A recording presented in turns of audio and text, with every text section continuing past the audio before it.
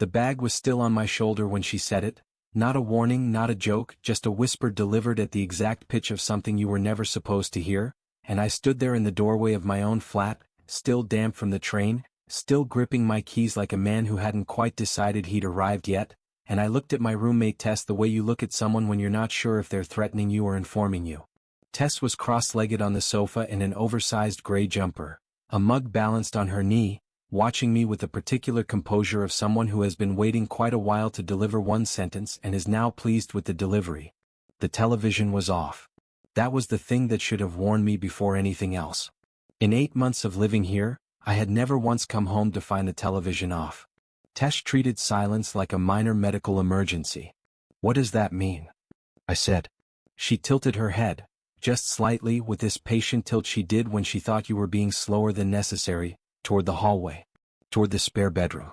The one that had been empty for 6 weeks since her last flatmate moved out to live with a boyfriend nobody had met more than twice. The one she'd been trying to fill with someone from a flatmate app, the one she'd shown to 4 different people without committing to any of them, the one I had genuinely forgotten about because I had spent the last 3 days at a surveying conference in Bristol that I had not chosen to attend, could not adequately describe to any living person without watching them manufacture a reason to leave the room, and from which I had returned with a slight headache and the low-grade spiritual depletion that results from 60 hours of continuous professional obligation. "Mum's staying," she said. "She arrived this afternoon. Hope that's all right." It was all right. That should have been the end of it. I should have nodded and put the kettle on and gone to bed at a reasonable hour. I didn't. My name is Owen Collard. I'm 34 years old, and I work as a building surveyor for a mid-sized firm in South London that specializes in insurance assessments, damp ingress, structural movement, the particular emotional lives of Victorian terraced houses that were never designed to survive into the 21st century and are making their feelings abundantly clear. I spend my working days walking through other people's homes, reading the walls the way a doctor reads a patient, looking for what's been hidden, what's been ignored, what's been painted over and quietly gotten worse. I write careful, neutral, professionally measured reports about the exact nature of the damage.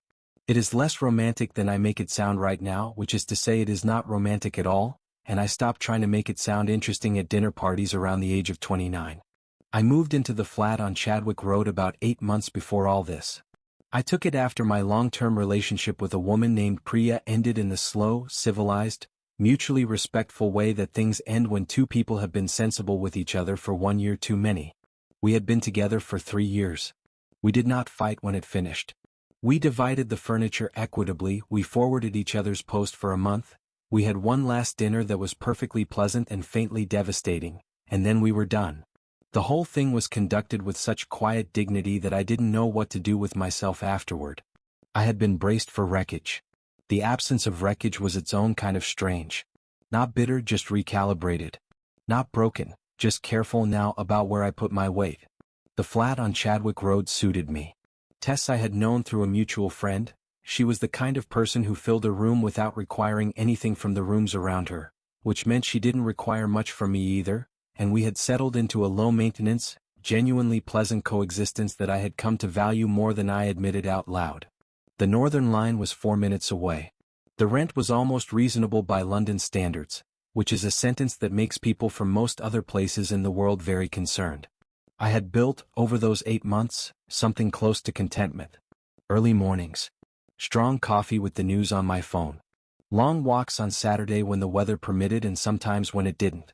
I was reading more than I had in years, books with proper plots, not just technical manuals. I was sleeping well.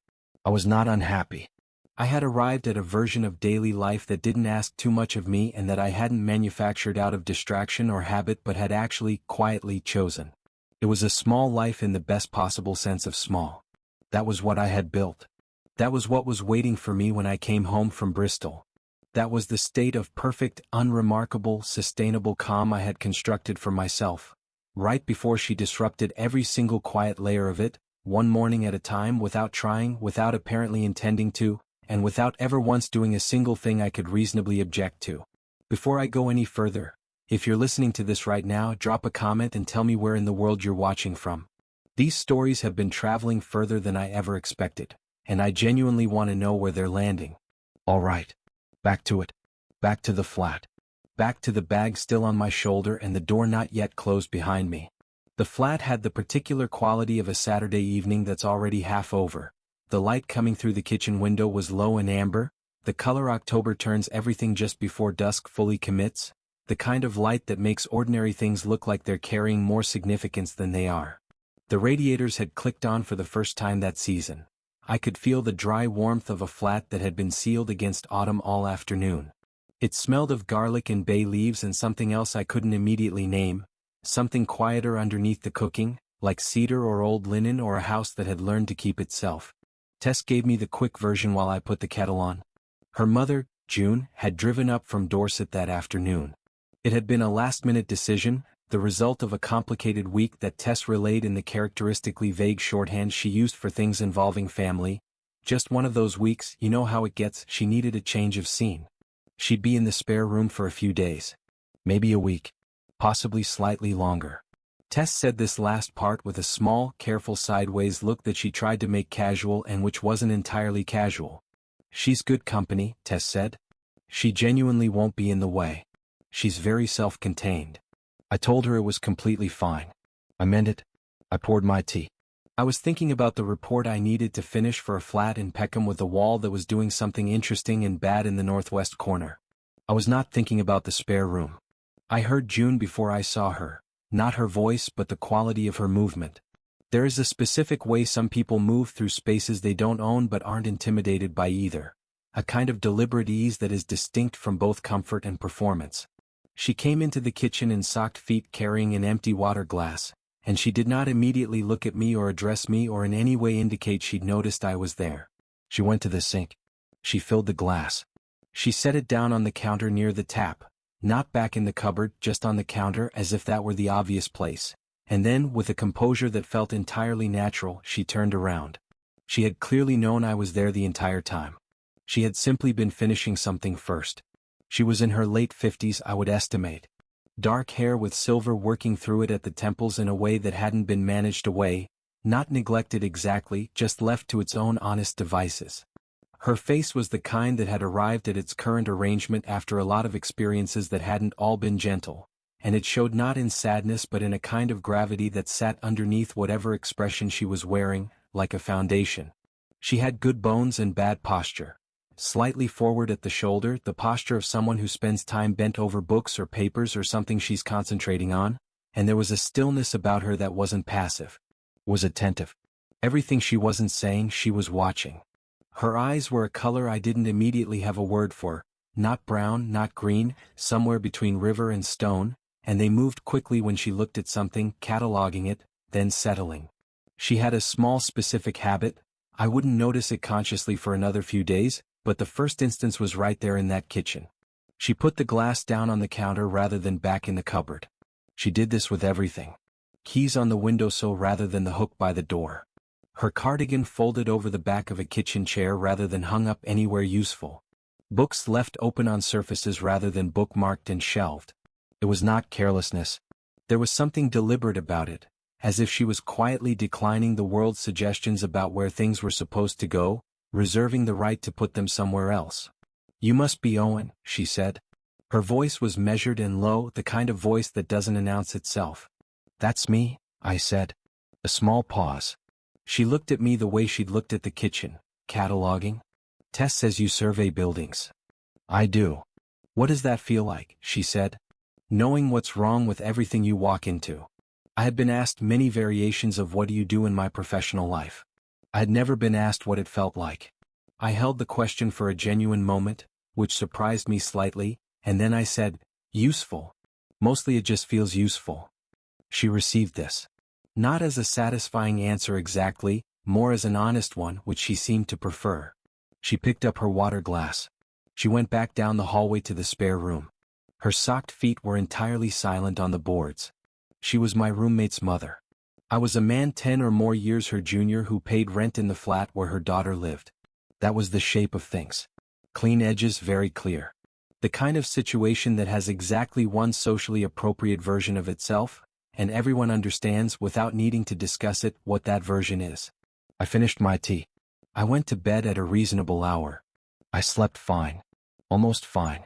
4 days after she arrived, on a Wednesday evening, the thing happened that I have since identified as the beginning of everything.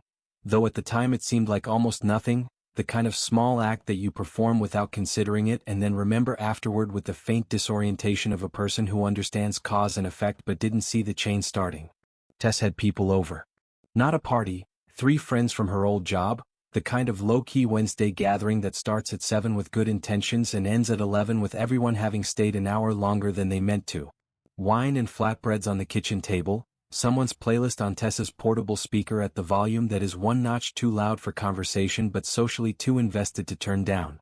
I had been invited to stay and had stayed in the way you do when it's your own flat and the alternative is your bedroom, present but peripheral, shoulder against the counter, occasionally saying things when said. June had been absorbed into the evening in the way she absorbed into spaces, without making any specific claim on the room, gradually becoming part of it. She was at the far end of the table with Tessa's friend Kara on one side of her, a person who I will charitably describe as high energy and less charitably describe as someone who had never once in her adult life registered another person's discomfort before finishing her own sentence. Kara was holding court. She had opinions about everything and she shared them sequentially, with the confidence of someone who had never been required to wonder whether she was wanted. She had moved, over the course of the evening, from work gossip to a long digression about a property she'd looked at in Streatham, through her feelings about a specific brand of oat milk, and had now arrived, with the inevitability of a river finding the sea, at the subject of June. Specifically, was June seeing anyone? She asked it the way she asked everything, which was brightly and without hesitation, with her chin slightly up. The table did the thing tables do when a question lands wrong. A microscopic contraction. Tess moved her wine glass. The music went on. Someone across from me developed a sudden interest in the label on the bottle. June said, "No. Not at the moment." And Kara said, "Oh, but you should be. Honestly, there are so many apps now, it's actually quite brilliant. My aunt met someone on." Which one was it? I want to say it was Hinge, but it might have been the other one, you know, the one with the, "Anyway, you should genuinely try it, it's not what it used to be, people are much more normal than you'd." Kara. My own voice. Not sharp, not particularly loud, not unkind. Just her name. Leveled at her across the table with the specific measured quality of someone who had reached the right point in the sentence. She stopped. Blinked at me. "She knows," I said. "About the apps." Kara processed this. Opened her mouth. Closed it. And then, because she was underneath everything, someone who knew how to read a room when the room slowed all the way down, she laughed. The slightly surprised, self-aware laugh of a person who has just been redirected and is choosing to find it funny. Which meant everyone else laughed too. The table exhaled. The music went on. The moment closed cleanly over itself, like water over a stone, and moved on to something else. I did not look at June. I had looked at Kara. I had then looked at the table. I looked at my glass. I was, to all observable appearances, simply a man having an ordinary Wednesday. But there was something at the back of my neck. A warmth. The particular warmth of being seen doing something that wasn't for show, seen by exactly one person in the room, and I knew, with the quiet certainty of a man whose job it is to read structures, that she had looked at me. For perhaps a second and a half. Not longer. Later, when the guests were pulling on their coats and Tess was doing the last round of goodbyes at the front door, I was in the kitchen with the tap running over the first round of glasses. I heard the socked foot quiet of June's approach before she reached the doorway. She stopped there rather than coming in. She looked at me. "You didn't have to do that," she said. "I know. But thank you." That last word came out differently from the rest. A degree quieter, a register lower. Like she'd said it carefully. Like it had come from somewhere she didn't open very often. I nodded at the glass I was rinsing. She stood in the doorway for one moment more. Then she went to bed. I stood at the sink and listened to the water running. Something in the room had a different quality from how it had been before. Not dramatic. Not large. The way a door feels different once you've learned where the latch catches. No visible change, but your hand finds it differently now. She made tea in the mornings at a time I would not have predicted. Not aggressively early, not the 5:30 of someone punishing themselves with productivity, but not late either. Somewhere in the seam between the two, right at the point when the flat was still quiet and the light outside hadn't decided anything yet and the city was in the brief, provisional state it occupies before it becomes itself again for the day. I know the time because I started waking up at it. Not immediately. The first morning I came out and found her in the kitchen was, I told myself, coincidence. I had simply not slept particularly well, which happened. The second morning I told myself I was an early riser, which is not historically true but is the kind of thing you can almost convince yourself of at 6:45 when you're determined not to examine your own behavior. By the third morning I had run out of explanations and was just standing in the hallway in my socks, listening to the kettle, and I had stopped pretending I was surprised. She was at the kitchen table with her phone flat in front of her and her glasses pushed to the top of her head, not on her nose where they were useful, but up, resting in her hair, which meant she was thinking about something else and didn't need to see it clearly yet. I noticed this. I kept this observation to myself. Quiet building, she said without looking up. This one. Most of the sounds come from next door. You can hear their boiler and their upstairs neighbor and the couple on the ground floor when they argue, which is apparently frequently, but from this building itself the structure is quiet. You can feel it. I leaned against the counter and considered that. You can feel buildings? She looked up. Can't you? The honest answer was yes. I had done it professionally for long enough that it had become involuntary, walking into a space and reading the fabric of it, the way it holds itself, what it's concealing, where it's sound. But no one had ever asked me whether I felt it rather than assessed it. The question assumed a kind of relationship with structures that I had never quite heard anyone name out loud. Occasionally, I said. Which was not the honest answer. She looked at the hedge I'd made and very slightly at the reason for it. Then she went back to her phone. I moved my mug to the other side of the counter and stood there for a while with no reason to be standing there, and the flat was very quiet, and the light outside did what it does in October, came in low and gray and suggested nothing. The week stretched and she didn't go home. Tess extended the stay in the easy, affectionate way she did things with her mother, not a formal invitation, just a removal of the deadline, an assumption that stayed was fine. June accepted in kind, without fuss, without making the extension a thing that required discussion. She settled further into the flat by imperceptible degrees. There was a second cardigan now folded on the kitchen chair. Her book had migrated from the spare room to the coffee table and back 3 times. Her reading glasses had taken up what seemed to be permanent residence on the windowsill beside the kettle. I started to notice the geography of her things. Where she set down her keys. Where the book was open, face down, when she left the room, a habit that made books unhappy in the long run but was revealing about where she'd been interrupted. I noticed that she always checked the weather on her phone at the same time each morning and then dressed in mild defiance of whatever it said. I noticed she made tea for Tess without asking but never assumed about me, waiting to see if I was making some myself. I noticed that she held her pen differently depending on whether she was writing something administrative or something personal, though I never saw what either said. These were the things I noticed. I did not use the word studying because studying implies intention. I was simply a man who had developed an overly precise awareness of another person's daily routines, which is not the same thing at all. One evening, it must have been the second week, I came home to find her at the kitchen table with a large ordnance survey map spread in front of her, the kind walkers use, the coastline detailed and folded at all the wrong places the way those maps get when someone who loves them has loved them thoroughly for years. She was tracing something with one finger, not writing, not marking, just following a line she already knew. "Are you going home soon?" I asked. It came out conversational. I had intended it to be conversational. Somewhere between my intention and the air it landed on it picked up a weight I hadn't put there, or possibly had. She looked up. She held the look, not long, not lingering, just one beat past the neutral point. "Eventually," she said. I sat down across from her at the table. She didn't fold the map. I looked at it alongside her, the coastline of a county I'd only been to once on a job, and after a moment she said, "Have you been to Dorset?" "Once." "Weymouth." "Subsidence near the seafront. 1970s construction, the kind that looks fine until it very suddenly isn't. Romantic. The building had a lot of feelings about its foundations, yes." She laughed, brief, unguarded, surprised out of her by it, and then she pressed her lips together as if she'd been caught. Not embarrassed. Just recollected. She straightened slightly and looked at the map. I looked at the map. The clock on the wall marked something. "Tess says you were with someone for a long time," she said. She set it down between us without preamble, without softening it, the way she set things on counters. slightly to the left of where you'd expect and without apology. 3 years, I said. That's neither long nor short. No. Do you miss her? I thought about it, the way she waited for things, fully without hurrying.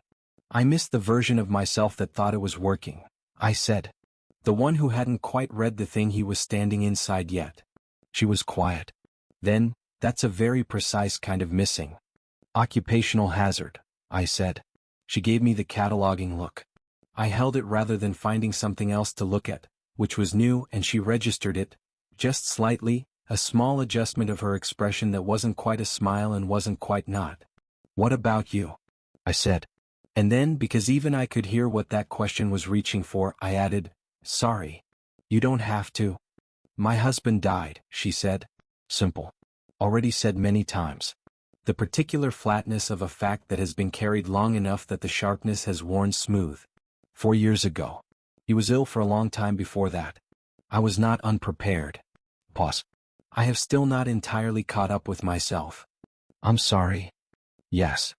She folded one corner of the map precisely. People are. I sat with that. There was nothing wrong with it. It was factual, accurate, not unkind. It was just more honest than people usually allow themselves at a kitchen table.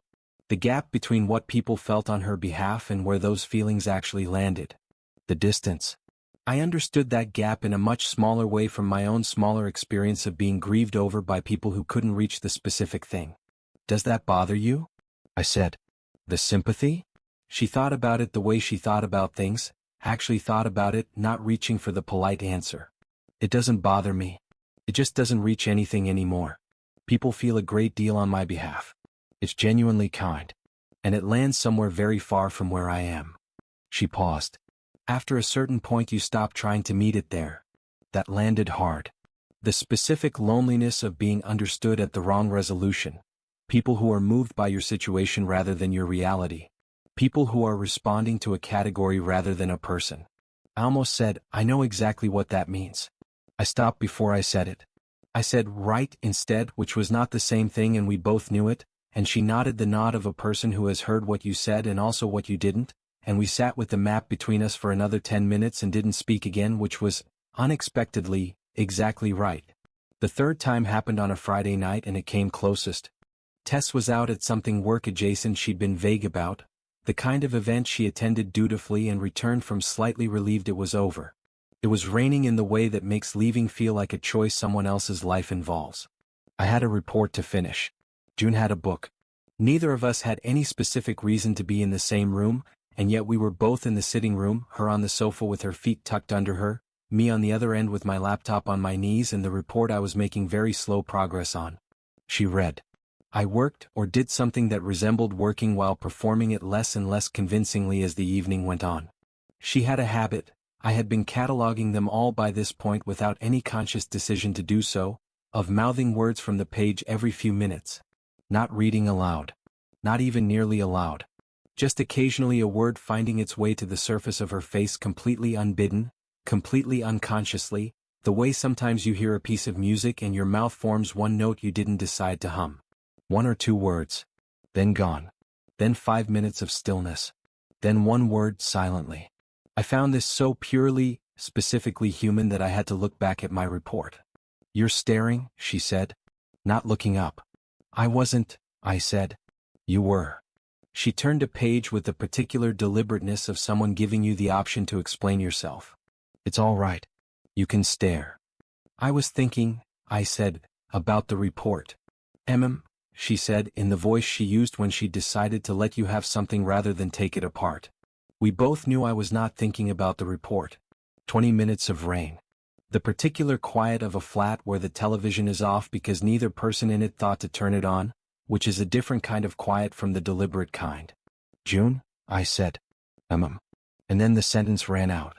I had started it before I'd found where it was going, and it sat between us. Her name, just her name with nothing after it, and she looked up from her book. She waited.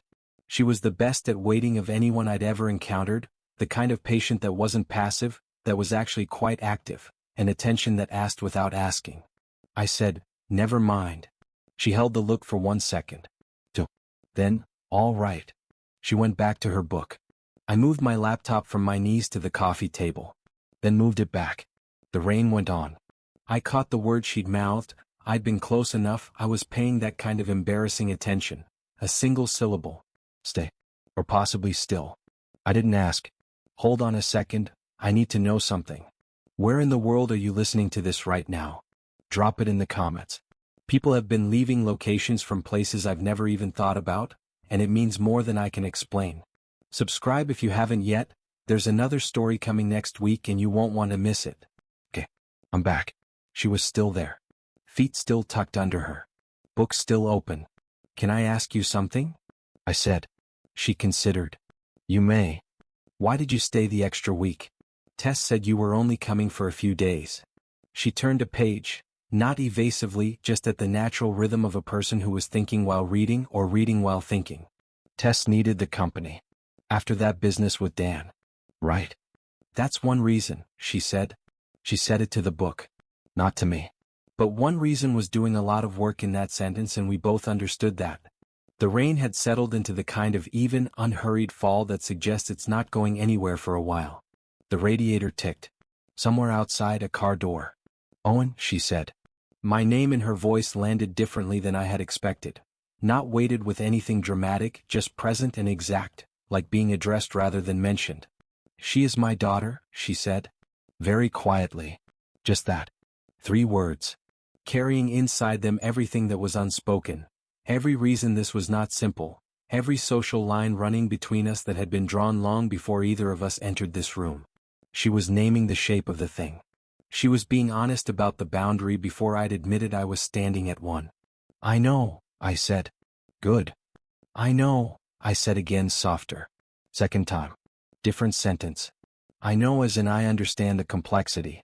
Not I know as in therefore I'll stop. She turned another page. Her hand was absolutely steady. She read for 20 more minutes. The rain eventually made a private decision and went somewhere else. I sat there for a long time after she went to bed and looked at the middle distance without achieving anything useful. The 4th occasion was a Tuesday morning, and it was the smallest of all of them, and for that reason the most difficult to dismiss.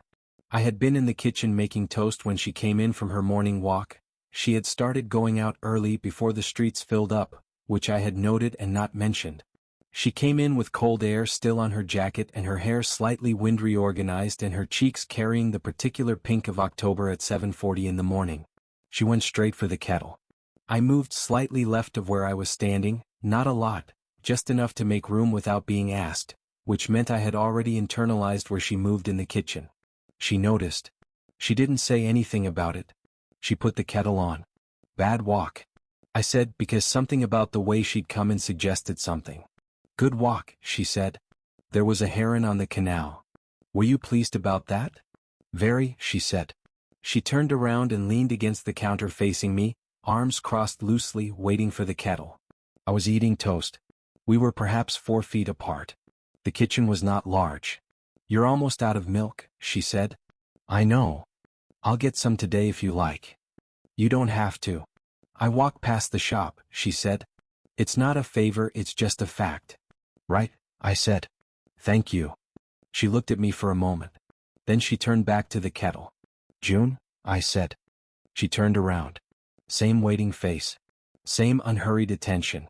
I looked at her across 4 feet of kitchen in the particular light of an October morning, this woman who put things to the left of where they were supposed to go and mouthed words from books she was absorbed in and had once asked me what it felt like to know what was wrong with everything you walked into, and I thought, I do not have a professional way of writing about this. I had no neutral language for it. The damage assessment was incomplete because I couldn't find a category for whatever this was. Nothing, I said. She held my look for one moment more. Okay, she said. Not resigned. Not disappointed. Just accepting in the way she accepted most things. Not agreeing with them. Not requiring them to be different. She made her tea. I ate my toast. The morning went on. And neither of us said anything else, and it was somehow louder for all of that than any conversation I had managed in the previous 2 weeks combined. She found me on the stairs on a Sunday morning when I wasn't doing anything in particular. I did this occasionally, sat on the 3rd step from the bottom with a mug of tea and no specific plan, doing the morning at a pace that the morning had not requested anything of yet. It was not a habit I'd mentioned to anyone. I had simply been doing it for 8 months and had never been caught. I heard her before I saw her, the socked foot quiet of her on the landing above, and then she came down, unhurried in her dressing gown with her own mug, and she saw me on the 3rd step and she did not go past me. She sat down next to me. Not above me on the 4th step, not navigating around me to the hallway. Beside me. On the 3rd step, with approximately 4 inches of stair between us, as if this were the obvious place to be and she'd simply been on her way here. We sat there. The flat was still. The light through the hallway window was the pale, provisional light of a Sunday that hadn't committed to anything yet. I had a dream about the house I grew up in, she said. Not good morning. Just the thing she was thinking. What was it like? Cold. Very large for how small we were inside it. She held her mug with both hands the way she always did. There were too many rooms to keep warm in winter and we used maybe 4 of them. The rest of the house just stayed in a different season. Pause. I keep dreaming about places I can no longer go back to. I'm not sure what to do with that. Is there anything to do with it? Probably not, she said. But it seems wasteful not to try. I thought about that. The economy of her, the way she didn't let experience just pass through without asking what it was doing there. Do you have a place like that? She said. One you can't go back to. I didn't have to think long. My grandmother's kitchen, I said. The smell of it. Something she cooked every Sunday probably for 30 years. I can remember it exactly and then I can't. It's at the edge of what I can reconstruct. I find that more upsetting than it probably warrants. No, she said. That warrants it.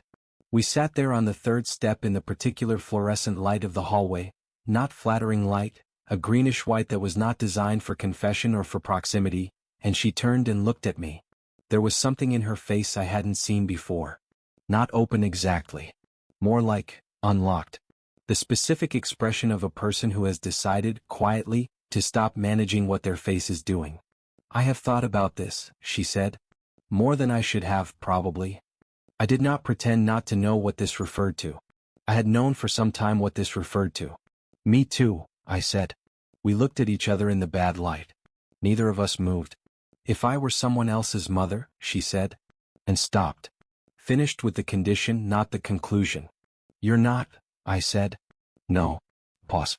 I'm Tessa's mother. I know. And you are. I know what I am, I said. I know what this is. She looked at her tea. I looked at mine.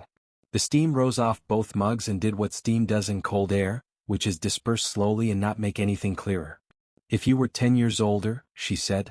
Quietly. Still to the tea. I'm not. No. That doesn't, I started. I know, she said. I know it doesn't. I'm not saying it should. Then from down the hallway, with the timing of a universe that has very specific opinions about dramatic peaks, Tessa's phone alarm went off. The one she'd set and was currently sleeping through. The song was, I am not exaggerating, cheerful to the point of being a comment on the situation. A ukulele. Something bright and major key about mornings being good. It played on and on from behind a closed door. June made a sound that was very nearly a laugh. Then did laugh, properly briefly into her mug. That's her alarm, she said. Every morning, I said. 7:43. She's never once heard it. She was the same as a child, June said. You could vacuum outside her door. The ukulele played on. We sat on the 3rd step and neither of us moved. Her shoulder was 4 inches from mine. The hallway was cold. The light was terrible. There was nowhere I would have rather been. If that just hit you the way it hits me every time I tell it, let me know where you're watching from in the comments. People have been finding these stories from every corner of the world and I want to know your corner. Subscribe if you haven't. A new story lands every week. Now, let me finish this one. She stayed 6 more days after that morning on the stairs. We did not reference it directly. There was no conversation in which either of us named the thing and agreed on what to do with it. We simply moved around each other with the careful, deliberate attention of 2 people who have acknowledged something privately and are now waiting to see what it decides to do. It was not uncomfortable. That was perhaps the strangest part. It should have been uncomfortable, and it wasn't. The way a building under tension isn't always visibly distressed. Sometimes you have to put your hand on the wall to feel it. On the Tuesday she asked me to look at the front door. It had been sticking for the past week, jamming in the upper corner when you tried to close it, the particular resistance of a frame that had shifted. She had noticed it the way she noticed things, not because it was annoying her but because she was paying attention to the building and the building had communicated. I looked at the door for a while. I put my hand on the frame in 3 places. I looked at the gap distribution, the hinge alignment, the way the wood had compressed along the edge over years of the same repeated pressure. I explained, at slightly more length than was strictly required, about the nature of what was happening, how it wasn't the door itself but the lintel above it, how the building was moving in the way all buildings of this age moved, making slow micro-adjustments to a world that had shifted fractionally under it. She stood beside me the whole time. Arms loosely crossed. Head slightly tilted. She listened the way she listened to everything, not waiting for it to be over, actually listening. The way people used to listen before they learned to perform listening instead. So, it's not the door, she said. It never is. It's always what the door is attached to. She looked at the door. Then she looked at me, with a sideways quality that suggested the subject had changed without her moving at all. How do you fix it? She said. Gradually, I said. Carefully. You work around the edges first. You don't force it. You let the structure settle into what it's been trying to become. She nodded once slowly. The way she nodded when an answer was about 2 things simultaneously and she was accepting both of them. On the Thursday she told us at dinner, the 3 of us, Tess on her phone intermittently, me concentrating with excessive focus on my food, that she was driving back to Dorset on Saturday morning. Early, she said. Before the traffic found itself. She said it calmly, factually, the way she'd arrived in the flat, without drama, without needing it to be more than it was. I said that made sense. She said she'd enjoyed staying. Tess said something about coming down for a weekend before Christmas, and June said that would be lovely, and the conversation found a new channel and moved on, and I ate my dinner and kept my face level and my expression in the general region of a man having a perfectly ordinary evening. I did the washing up afterward. June brought her plate to the sink without being asked and stood beside me while I ran the water, the way she'd done most evenings, in the easy, not quite casual way of 2 people who had learned where the other one stood in a kitchen. She dried her hands on the tea towel. She set the tea towel on the hook, the wrong hook, slightly left, the one that wasn't the right hook, the one it always ended up on when she was the one who dried. I'm going to the farmer's market before I drive home, she said to the counter. The one near the park. Saturday morning. Right, I said. It opens at 8. She folded the towel over the hook. The vegetable stalls are best early before everything gets picked over. She did not look at me when she said it. She went to bed. I stood at the sink for a minute with the water still running and then turned it off. I was there at 8. She was at a vegetable stall near the entrance, holding an apple, reading the small paper label attached to it with the focused attention she brought to all text in all contexts. She heard my footsteps on the wet cobbles and she looked up. Not surprised. Not performing the absence of surprise. Just herself.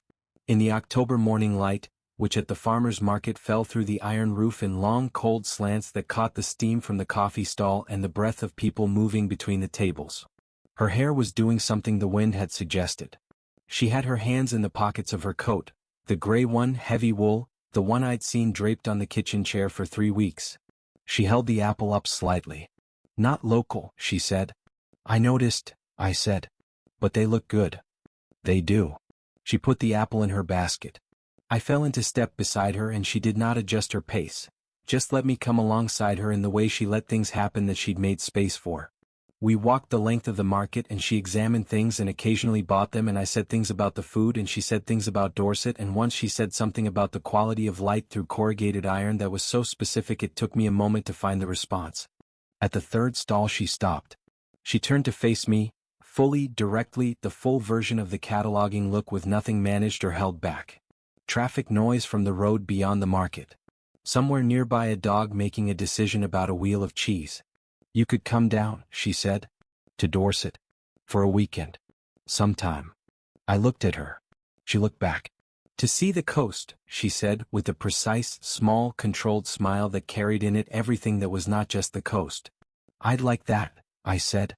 She turned back to the stall. Good, she said. Quietly. Like she'd been holding the answer to a question for a week and had now found somewhere to set it down. That was it. That was the whole of it. For months later, I have driven to Dorset 6 times and I know the route well enough that I've started noticing the specific field near the Shaftesbury Junction where there are always 3 horses in the same configuration regardless of the weather or the time of day, and I have started to find this comforting in a way I cannot easily explain. June's house is old and cold in the way she described from her childhood. Large rooms that take effort to warm, stone floors that never quite forgive you, a garden that has strong opinions and has not been shy about expressing them. It has exactly the damp problem I knew it would have from the moment I walked through the front door and felt the northwest corner of the sitting room wall making its case. I have not written a report on it. I have promised, several times now, to come back in spring and deal with the sill properly, and I will, and she knows I will, and this is apparently a viable form of courtship. 7 months later, Tess takes it with the kind of difficulty that was always going to be necessary and that she then navigates with the fundamental fairness that is one of her most reliable qualities. There is one very hard conversation and then a week of careful distance and then a long phone call that goes places none of us entirely expected and ends, somehow, with Tess crying a little and then saying, in her exact voice with her exact inflection, "Just don't be weird at Christmas." We are, at Christmas, not entirely unweird. We are around the corner from it, though. It is genuinely fine. 14 months later, the farmer's market near the park does a winter edition. We go on a Saturday morning in December and I buy the apple, still not local, still the same variety, still the same small paper label, and I hold it up in the direction of the sign and she says, "Not local," in the exact tone she used the first time, and I hand it to her without saying anything and she takes it and puts it in her basket, and we walk on into the cold morning and the iron light and the steam from the coffee stall, and nothing about that is small. 2 years later, the kitchen. Early morning. The particular light of a Dorset February, which is gray and low and carries inside it the suggestion of spring without yet committing. She has her glasses on the top of her head, which means they are not useful to her there, which means she's thinking about something else. I have the rings in my pocket, which I put there 6 weeks ago when they arrived and have not quite managed to do anything about since. I say, "You know I love this house." She looks up. The structure is sound. I would stake my professional reputation on it. She lowers her glasses to her face and looks at me over the top of them. That look, the first look she ever gave me across a kitchen counter, the one that catalogued everything and settled on me. "Is that a metaphor?" she says. "Yes," I say. "How long did it take you to think of that?" 14 months, I say. "Give or take." She takes the ring. She takes it in the way she takes everything, without fuss, with full attention, placing it on her hand slightly differently than you'd expect, angled a few degrees left of conventional, in the way she has always placed things. When people ask how we met, we have a version now. Hers is shorter than mine and involves fewer technical terms. Mine tends to involve a disproportionate amount of structural engineering metaphor for what is, fundamentally, a love story about a staircase. The moment she always comes back to, the one she reaches for when someone asks, is the third step. The terrible hallway light. The ukulele. "He sat with me on the stairs in the worst possible lighting," she says, "and looked completely at home." "It's a good stair," I say. "It really is. If you made it to the end, thank you. Genuinely. Drop a comment and tell me where in the world you're watching from. I read every single one and every location surprises me. If this story found you at the right time, subscribe. A new one arrives every week. I'll see you in the next one.